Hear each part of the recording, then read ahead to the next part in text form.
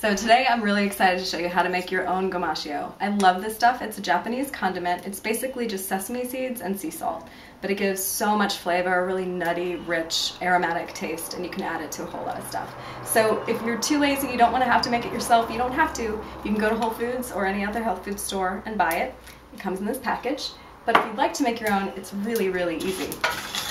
What I've done here so far, I just took a dry skillet and I put 1 cup of unhulled sesame seeds in there. The unhulled ones have a little more fiber, so they're just better for you. As you can tell, they're kind of crackling and popping. We want to turn the heat down pretty low.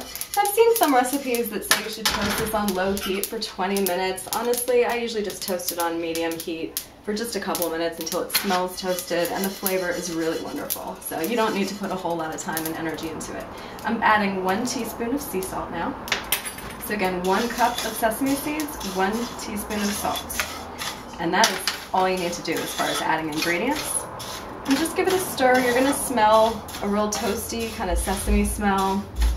You don't need to toast until they get too dark, but you will notice they'll go from being kind of pale without a lot of color, they'll start to get a little bit more golden.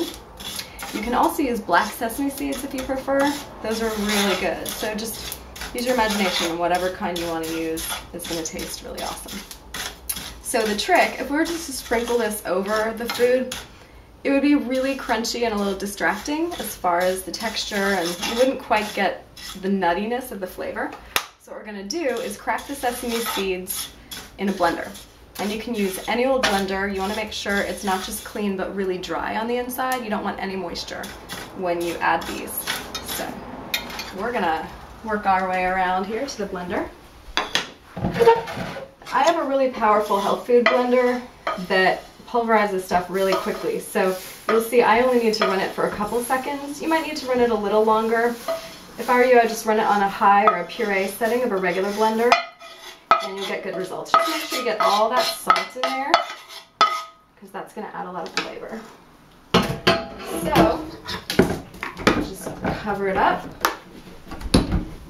And you don't want to pulverize it all the way to a flour, because it can kind of go rancid that way. You just want to crack them. So I'll show you what I mean. Done. It's that easy.